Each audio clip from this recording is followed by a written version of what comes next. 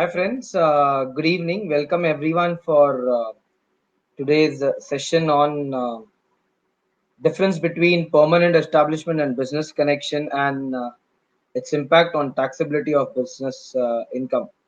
So, as there are lots and lots of cross-border transactions coming up, mostly pertaining to the businesses. More or less, everyone transacts with another country with an intention of doing business. So, in that scenario, which country has its say in the share of tax on whatever profits or income which is earned on that particular transaction by a non-resident in another country. So today we will be focusing on how the term or analysis on the term permanent establishment, business connection, and how both of these impact the taxability of business income in terms of attribution of profit. So let's get started, friends. Before that, would like to acknowledge the efforts of Harish in making this presentation ready.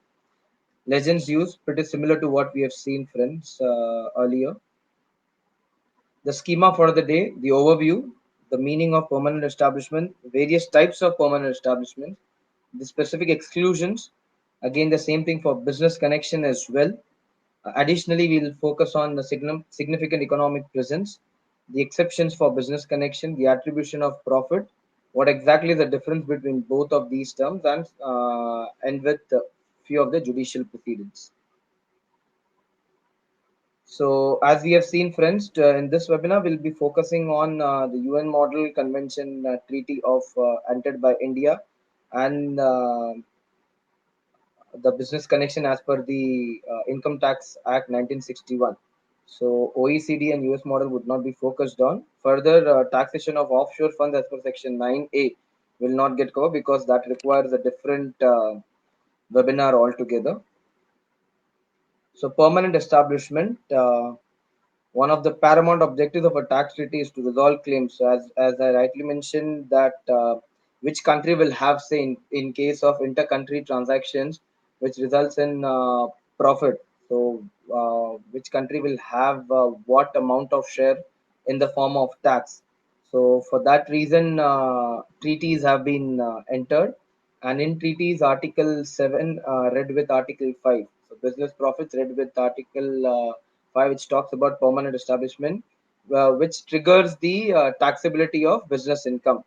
So, for example, if APT Limited Singapore-based company carries on business in India through A Private Limited in India, A Private Limited shall be considered as P, and profits attributable to Indian operations shall be taxable in India. So, whatever profits which are attributable for activities performed by A Private Limited on behalf of APT Limited Singapore, that shall be taxable in Singapore. The various types of permanent establishment, fixed place P, which is a very common P, friends, service P, agency P, construction P. We'll see each of these one by one, friends.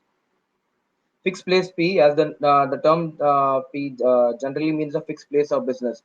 As it is mentioned, it should be a fixed place of business. There has to be a kind of permanency. It cannot be a one-off situation or a one-off scenario. There has to be a degree of permanence. The following are the main prerequisites for an establishment to be regarded as a fixed place P. There shall be a place of business, and such place shall be fixed. Such place of business shall be at the disposal of the non-resident. So the non-resident should have full control on that particular place, which is regarded as fixed place P. Such place shall be used to carry on business. The enterprise shall carry on such business either wholly or in part from such fixed place of business. Can happen. So maybe a possibility is there, like even for example, out of 100% of a transaction, maybe 20% of the operations are being carried out from that fixed place, but that 20% are carried out full-fledgedly. So whatever profits attributable for the 20% of activity shall be taxable in India. It includes a place of management, a branch, an office, a factory, a workshop, warehouses, godowns, place of extraction of natural resources such as mine, quarry. These would be regarded as P, as it is an inclusive definition. It's not an exclusive. So, any place of business which is fixed from where the business can be carried out shall be regarded as a fixed place P. As we have seen earlier as well, it plays a pivotal role. Without fixed place P, there won't be taxability of any business transaction in any of the country. If fixed place P is triggered, then the non-resident shall be taxable in accordance with the income tax. So, in case a non-resident has a fixed place of business in India, the taxability shall be or in that non-resident has to pay tax as per the Indian Income Tax Act 1961. Service P. P also includes service P, which is attracted by furnishing of services, including consultancy services, by an enterprise through employees or other personnel engaged by the enterprise for such purpose. As we can see in illustration also, friends, A Inc., a Germany company, is into the business of providing assembling services. For that purpose, some employees of A Inc. are stationed in India. But here the catch is, friends, service fee shall be triggered only if at all they stay in India or the aggregate stay is more than 183 days in any 12-month preceding period or ending in the fiscal year concerned. So, in the given case or in the given example, if the employees of A Inc. are stationed in India for 9 months, so in these exceeds 183 days, then A Inc. shall be said to have a service P in India, as the word mentioned is aggregate. So, for example, there are four employees and each of them stays for 50 days as well. Aggregate it is 200, more than 183 days, then service P shall be triggered. Hope this example is clear, friends.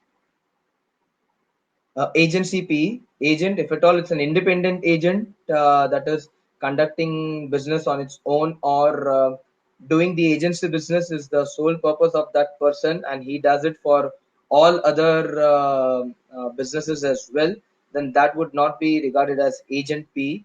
So dependent agent, where a person works in the name of the principal or provides services on behalf of principal, or there is transfer or of the ownership of or the grant of right to use of property owned by the principal or the principal has the right to use. So in case such rights have been given by the principal to agent, and after this he has even though he has no such authority but habitually maintains, so if he habitually concludes contract, if the dependent agent concludes contract, and these are in the name of principal or these contracts are relating to provision of services or transfer or of ownership of rights or right to use, even though agent dependent agent is not having such authority but habitually maintains a stock of goods or merchandise from which he regularly delivers on behalf of the enterprise, then it shall be regarded as agent P. Habitual means that the agent should not merely be an agent on a one time, so it should not be a one off scenario, friends. Uh, Continuously or constantly, that agent has to serve the principal non-resident enterprise, and if there is a continuity for the entire part of the year, then that person shall be regarded as, or it shall be regarded that the non-resident has an agent P or agency P in India. Construction PE, the term PE also encompasses building site, construction site, assembly sites, installation projects, supervisory activities.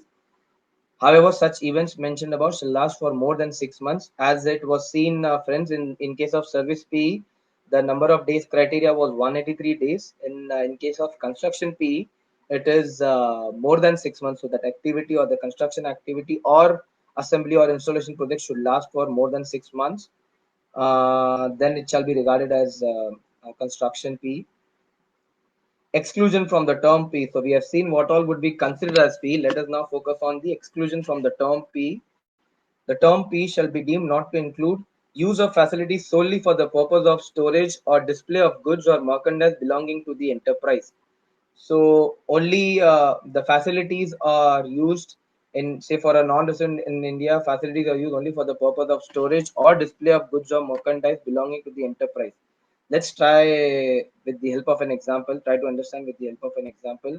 A Inc., Germany-based company, is a fruit exporter.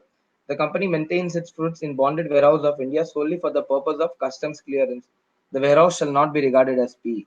So it is only for the purpose of maintaining stock or storage, or the establishment in India is providing only storage or display facility. Then such establishment shall not be regarded as a P.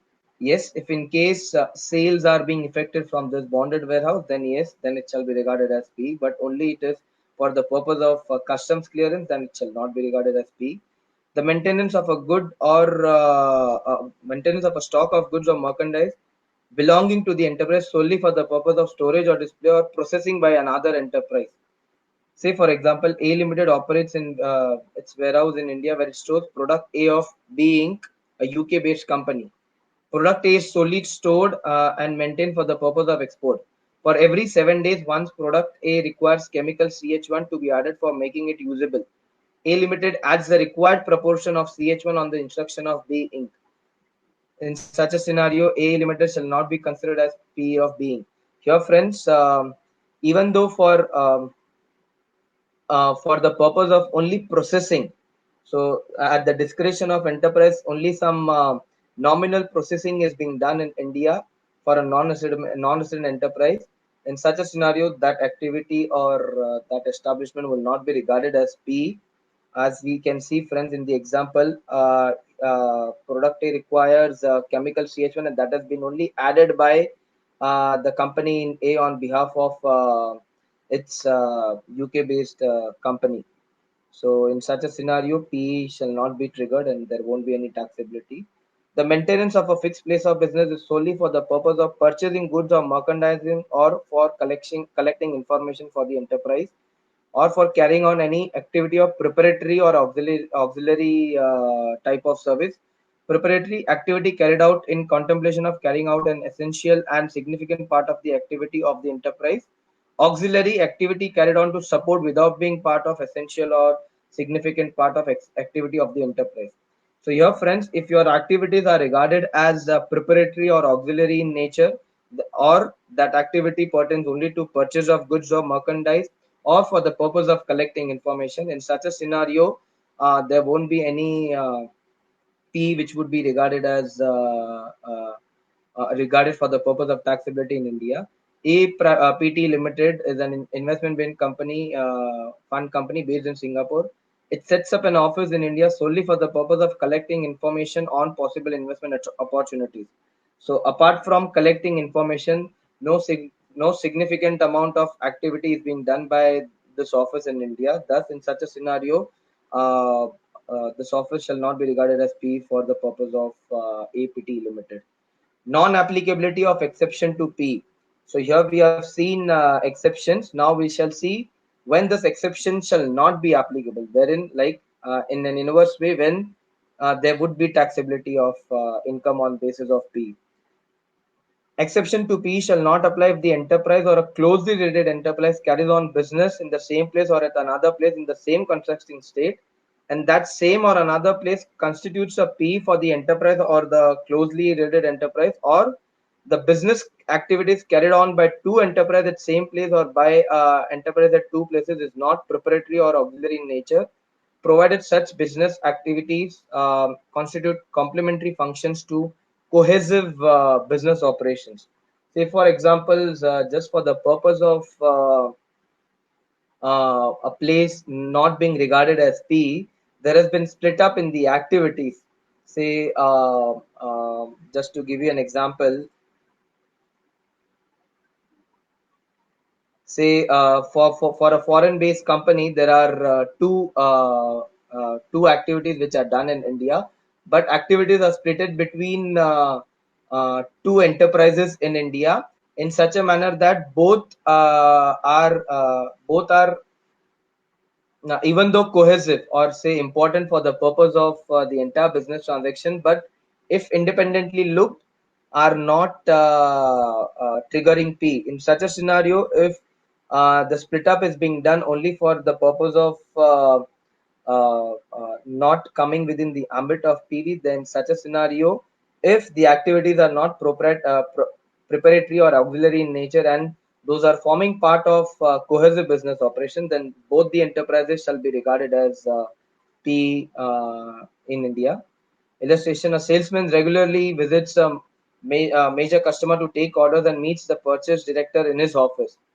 Whether it constitutes P, no, since the customers are not at the disposal of the enterprise. So here the person on working on behalf of a salesman, he does not have any fixed place, but he goes and meets everyone in their offices, as it is mentioned, meets the purchase director in his office and gets the order.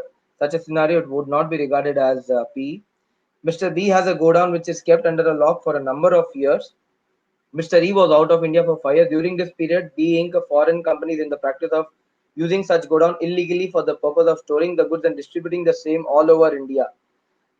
Yes, even though they are not legal owners, they are considered to have a place of business. So even though they can say we are not the legal owner or the business activity was not legal in nature, even in such a scenario, the fact that a fixed space of business is being available for D, that shall be regarded as P for the purpose of taxability.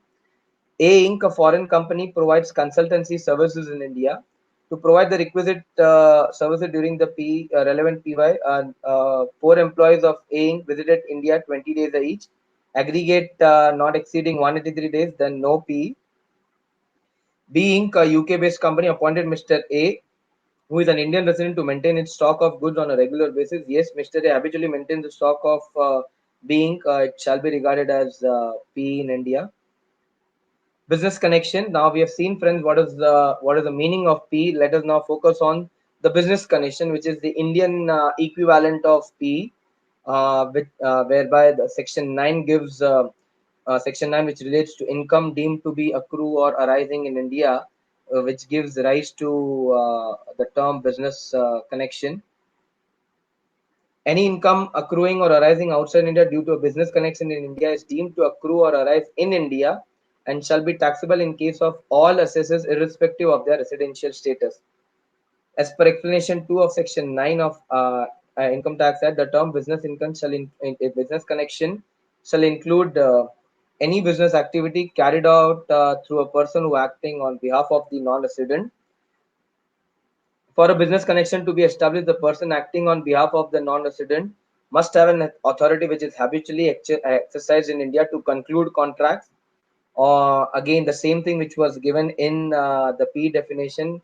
Either the person has to habitually conclude contracts on behalf of principal, or even if not concluding the contract, but habitually maintains the stock of goods or merchandise from where the regular supply of goods happen, or habitually secures order in India, mainly or wholly for the non or for that non-resident and other non-residents controlled by or subject to the same common control as that of non-resident.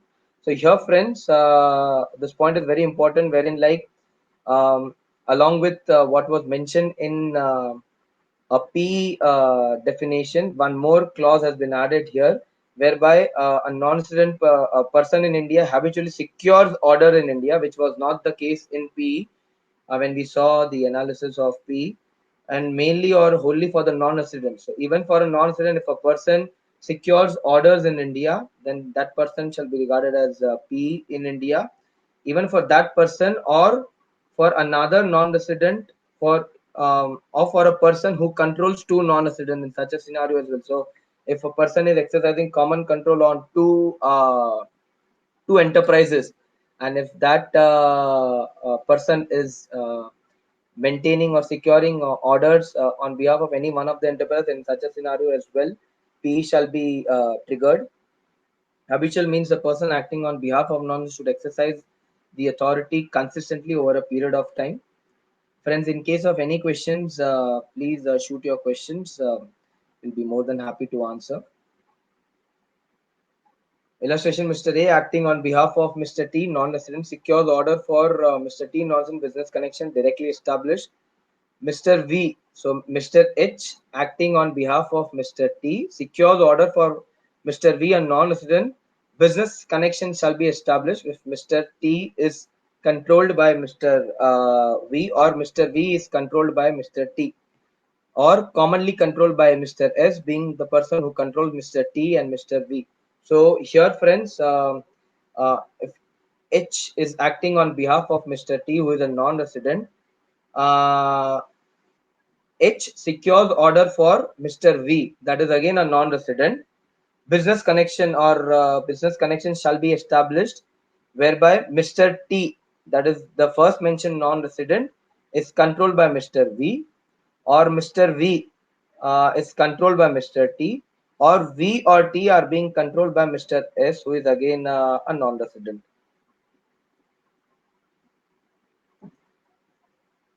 Agents having independent status, business connection shall not be established where the non-resident carries on business activity through a broker, general commission agent, or any other agent having an independent status. So, agents having independence. So, they are for a person if the brokerage business or a commission business is what is his normal business, and he is acting independently on its own, and it is not only for a particular non-resident, he works for everyone. In such a scenario, agents having independent status shall not be regarded as business connection being established. However, uh, if that person, even though working in his individual or independent capacity, works mainly or wholly on behalf of, so even though individually, independently, but he works only for the agent, then he shall not be deemed to be an agent of independent status. So he has to work collectively for everyone. If he is working for a person, only one person, and that person is a non-resident, then in such a scenario, it would be regarded as business connection is established. Significant economic presence, friends. So, in business connection, we have seen one point which got added is securing orders, which was not there in PE, but there were no mentions of service P or construction P, which were there in permanent establishment analysis, which were not mentioned in a business connection. These are the two different. The third difference, significant economic presence, which is not there in the DTAAs or the tax treaties, whereby provisions for P is being given. Significant economic presence in India shall also constitute business connection. Nature of transaction in respect of any goods, services, or property carried out by non-citizen, including provision of download or data of or software in India.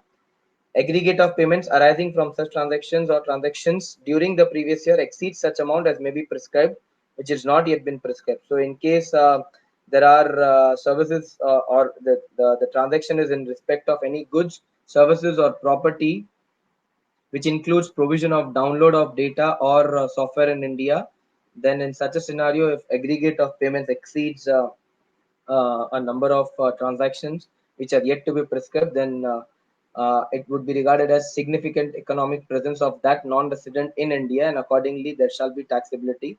Systematic and continuous soliciting of business activities or engaging in interaction with users in India through digital means. The users should be of such number as may be prescribed. So the first transaction was relating to transactions. The first nature of transaction was relating to the download of data or software. The second pertains to systematic and continuous soliciting of business with users in India. So a non-resident, if in case solicits his business with users through digital, with users in India through digital means. Your examples like Facebook, Google, Amazon, um, everyone would get covered here. The users should be of such number as may be prescribed. This is yet to be prescribed, and we have seen in the recent budget amendments as well that the applicability of significant economic presence or taxability based on significant economic presence has been deferred to assessment year. So it will start from assessment year AY 20 to 23. It has been deferred for next 2 more years. The above activities or transactions shall constitute significant economic presence in India, whether or not the agreement for such transactions is or activities entered in India, the non-resident for has a residence or a place of business in India, the non-resident renders services in India. So even though agreement has not been entered in India, even though there is no place of business in India, even though the services are not being rendered in India, if there is a transaction relating to download of data of software in India, or soliciting business through digital means from the users in India, then in such a scenario, there shall be taxability through significant economic presence. OECD guidelines on SAP, public consultation documents, factors that may be relevant for setting interaction with a jurisdiction through digital means to create SAP, the existence of a user base. So these are the factors which would be regarded. So as and when the number of transactions or the number of users have been prescribed, these factors shall be considered by the Indian government for triggering the taxability through significant economic presence.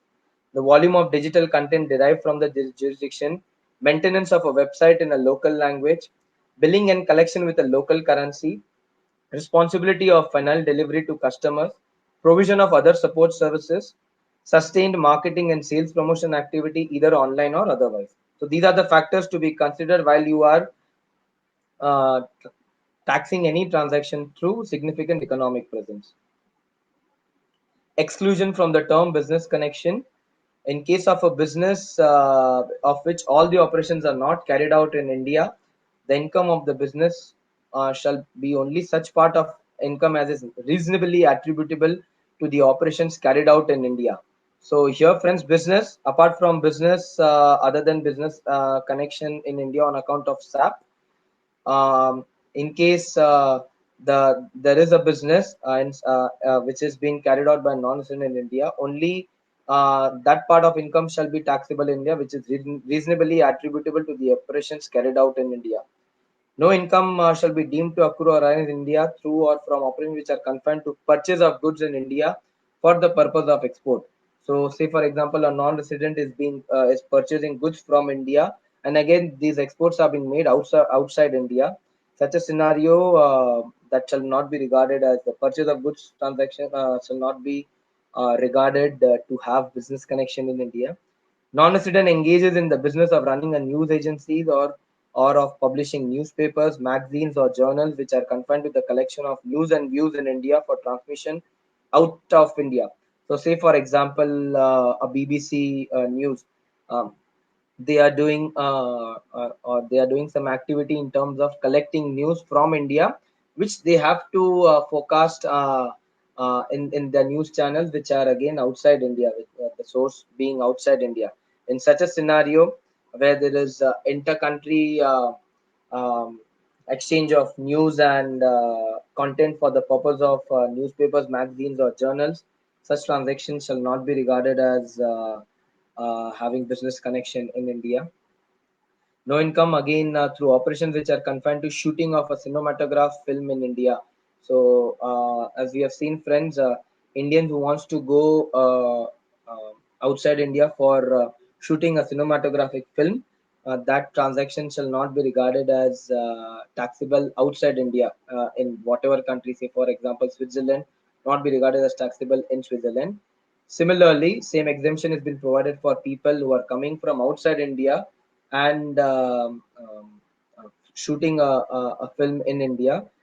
Again, those people should not be a citizen of India.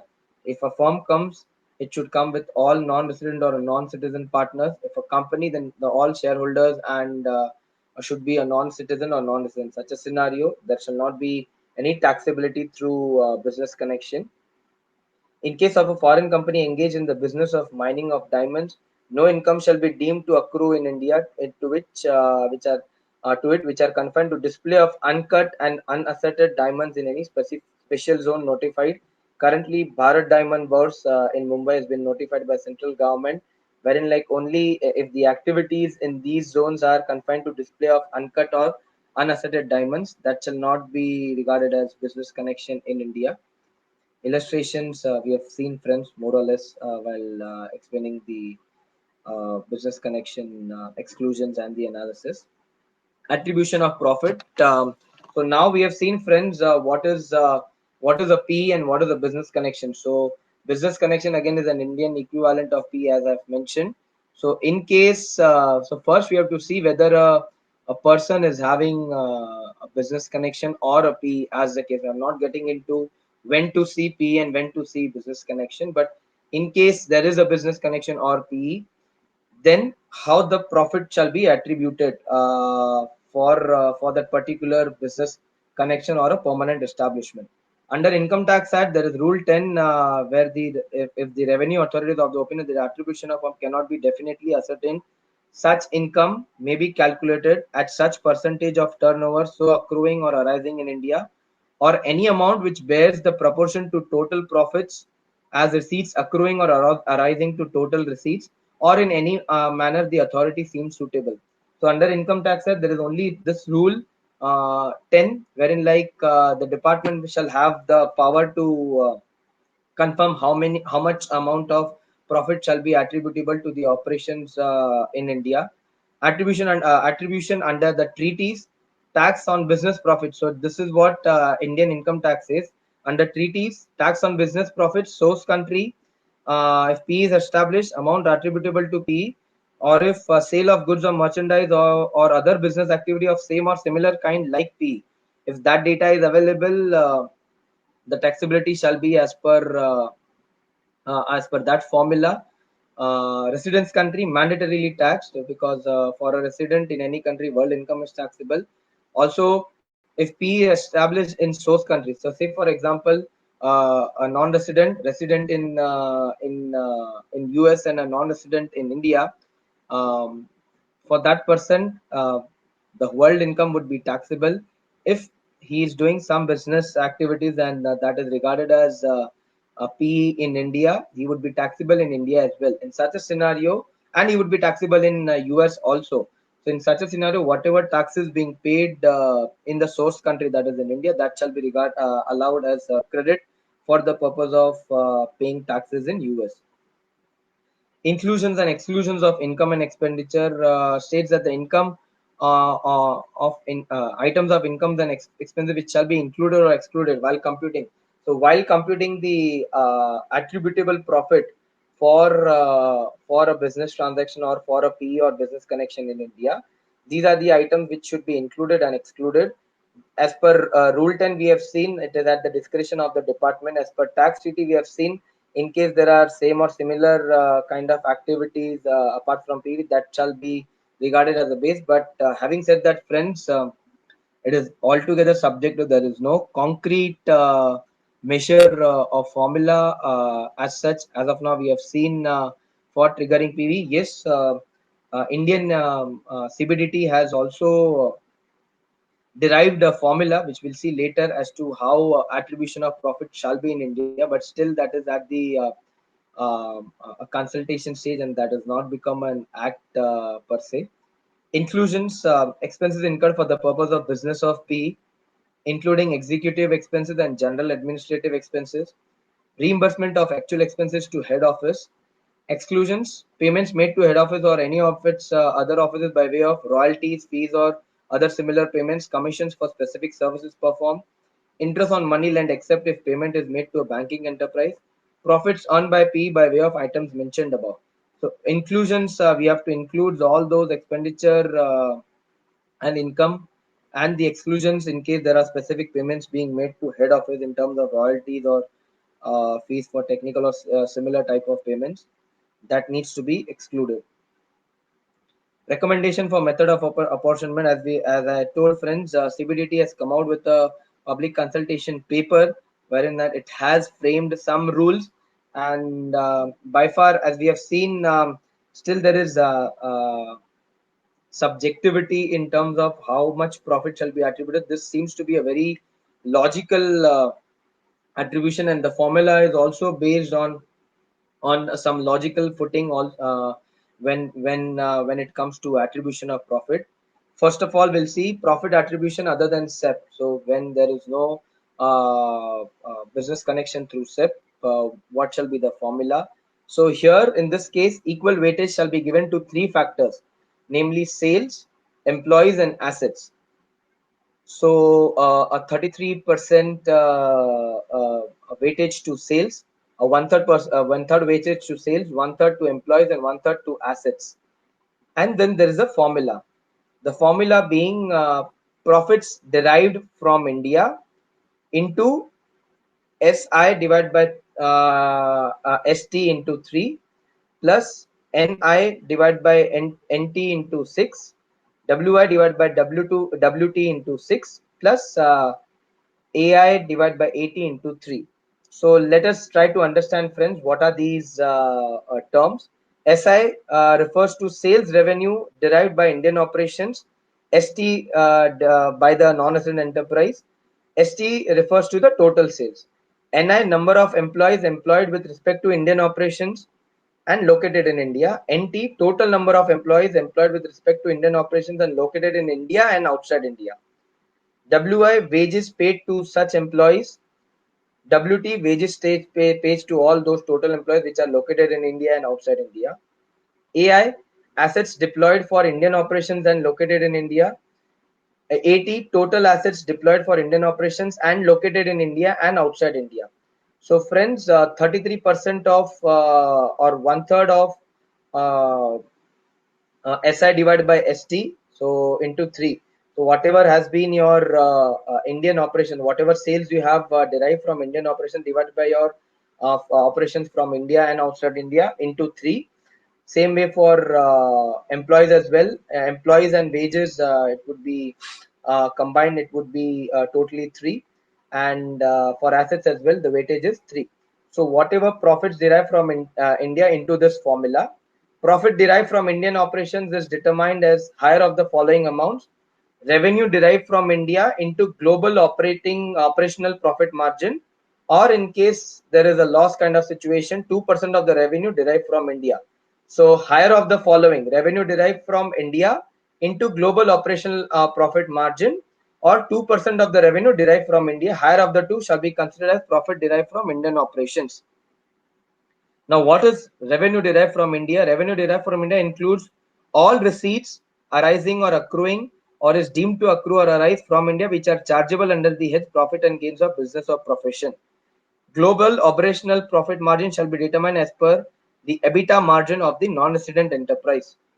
So, in case say it's a holding and subsidiary, the holding company is a non-resident, what is the EBITDA margin of that holding company outside India? That shall be regarded as the global operational profit margin. Hope this formula is clear, friends. In case of SEPT, again the weightage. So there are two scenarios. In cases of low and medium user intensity, customer base is low. Then in such a scenario, 10% weightage has been given to users and 30% for each of the other factor being sales, employees, and other factor. In case of high user intensity, the customer base is very high. 20% weightage has been given to users, 25% each to asset and employees, and 30% to sale. So low and medium user intensity, they have not defined, but logically we can say customer base is low. The numbers are not yet defined or determined. Then 10% weightage to the users, 30% for sales, 30% for employees, 30% for assets. If the customer base is very high and then there is high user intensity, 20% for users, 25% each for asset and employees, and 30% to sales. Friends, please be clear here. The factor U, that is for users, is considered directly, that is 0.1 and 0.2, and not applied to any base. So where we were saying 30% shall be sales, where there was a formula to, sales pertaining to Indian operations in India and sales uh, divided by sales pertaining to Indian operations in India and outside India. Likewise for assets and employees. For users, if you see the formula, plus 0.1 and plus zero point 0.2 has been directly added. So there is no factor which is being directly or factor which has been considered directly for you. Yes, maybe consultations have gone that there has to be a specific factor, otherwise directly attributing you or plus zero point 0.1 or zero point 0.2 will create a lot of ambiguity, and there may not be a full consensus from the industry. Exceptions to the proposition rules. if arms and profit derived from Indian operations have already been taxed in India in the hands of Indian subsidiary of the foreign enterprise, then to that extent, such profit should be deducted from the profits apportioned to the P. So, for example, a holding and subsidiary has already been taxed for that operations in India. To such an extent, that shall be excluded while we are calculating the profits which are attributable for the operations carried on by P of the holding company. So, friends, there are three entities: holding company, subsidiary company, and P of holding company. So, if on that particular business operations or business transactions, if subsidiary has already paid taxes to such an extent, that shall be excluded from the while calculating the profit attributable for P of that holding company in India. No profits, however, shall be apportioned to such P where the foreign enterprise does not receive payments exceeding 10 lakh rupees. So 10 lakh has been kept as a threshold, friends, for applicability of these proposition rules. Amendments White Finance Act 2020, as we have seen, friends, one of the amendment that there is the applicability of SEP, that is significant economic presence, has been deferred to AY 22-23. Um, Finance Act have 2020 has further expanded the tax base for Indian income, provide that the following shall be regarded as Indian revenue. So, irrespective of business connection or P, these would be outright considered as business operations in India or business income to be taxed in India. Income from advertising targeting an Indian customer or a customer who accesses the advertisement through internet protocol address situated in India. Sale of data collected from a resident or from a person who uses internet protocol address located in India, and sale of goods or services using data collected from a resident or from a person who uses internet protocol address located in India. So, with these amendments, the tax base for India has increased. So as you can see, friends, advertisement, if the roots, if it is targeting an Indian customer, whatever revenue from those advertisements derived by the non-resident shall be taxable in India. Or if at all, if it is not an Indian customer but to a customer, say a non-Indian customer as well, but the advertisement is provided through internet protocol address which is situated in India, even that would be regarded as taxable in India. Sale of data collected and sale of goods and services using data collected from a resident person or from an Indian or from a person who uses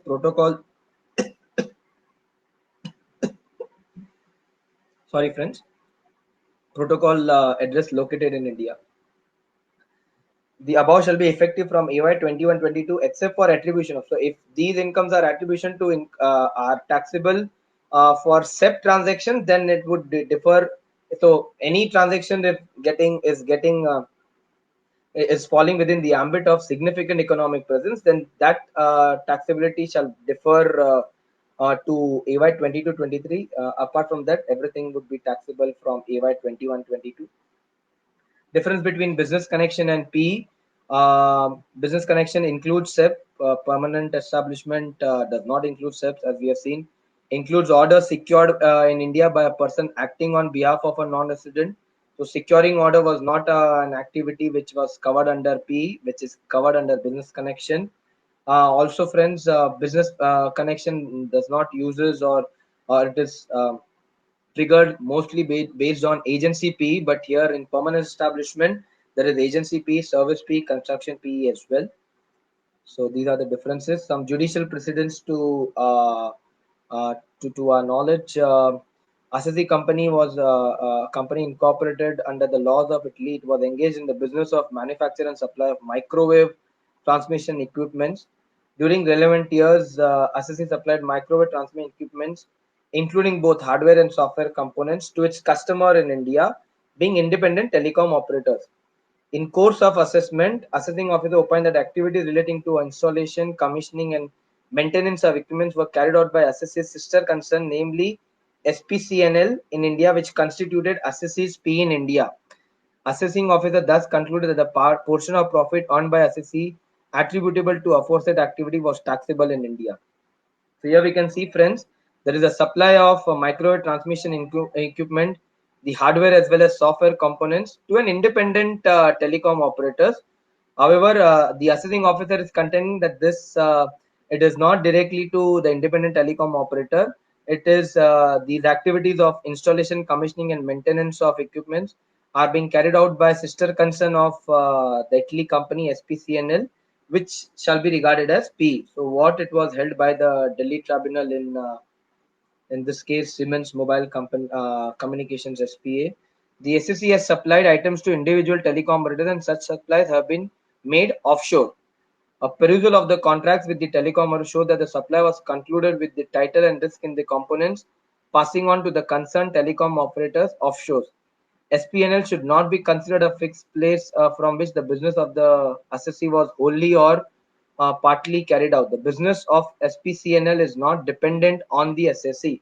So whatever supply was happening, it was happening directly from outside India to independent telecom operators on offshore. It was even not happening in India. It was happening offshore, and also whatever conclusion of contracts, be the sale and purchase of those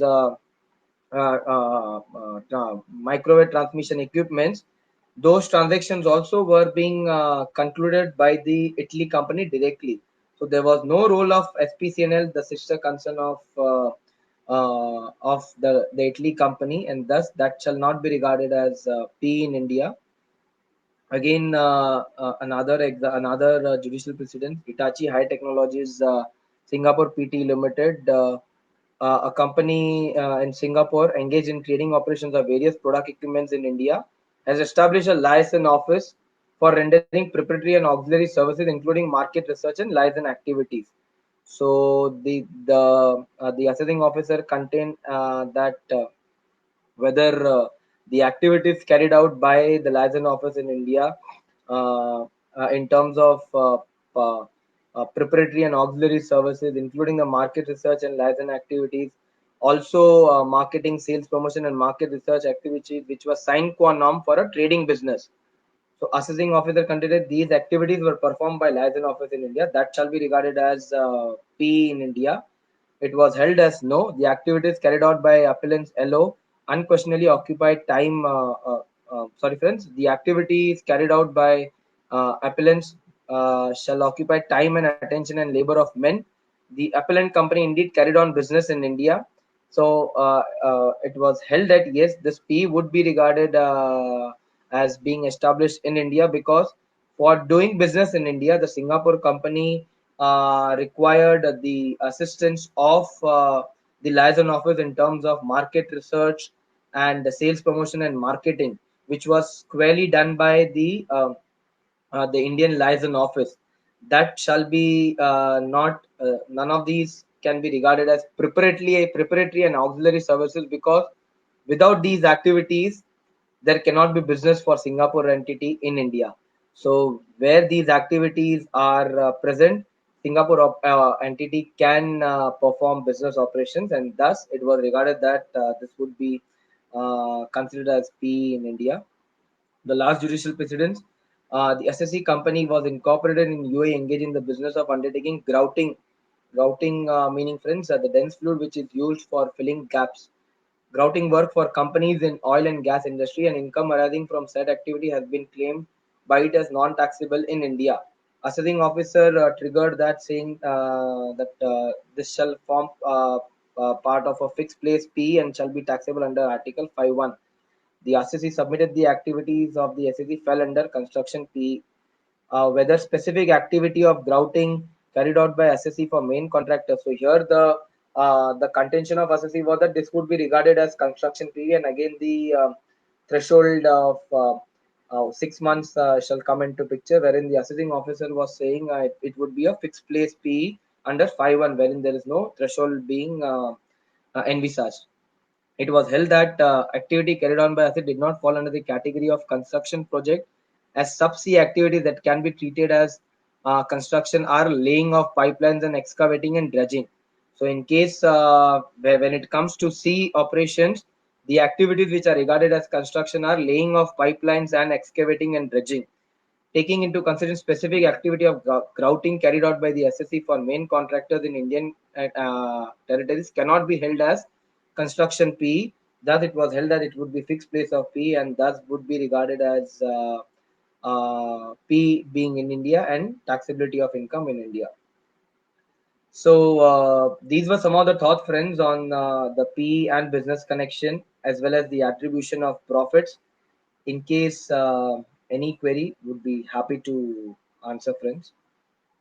Thank you, Mr. Vaisil. Thank you, friends. Catch up sometime during the week for another interesting session.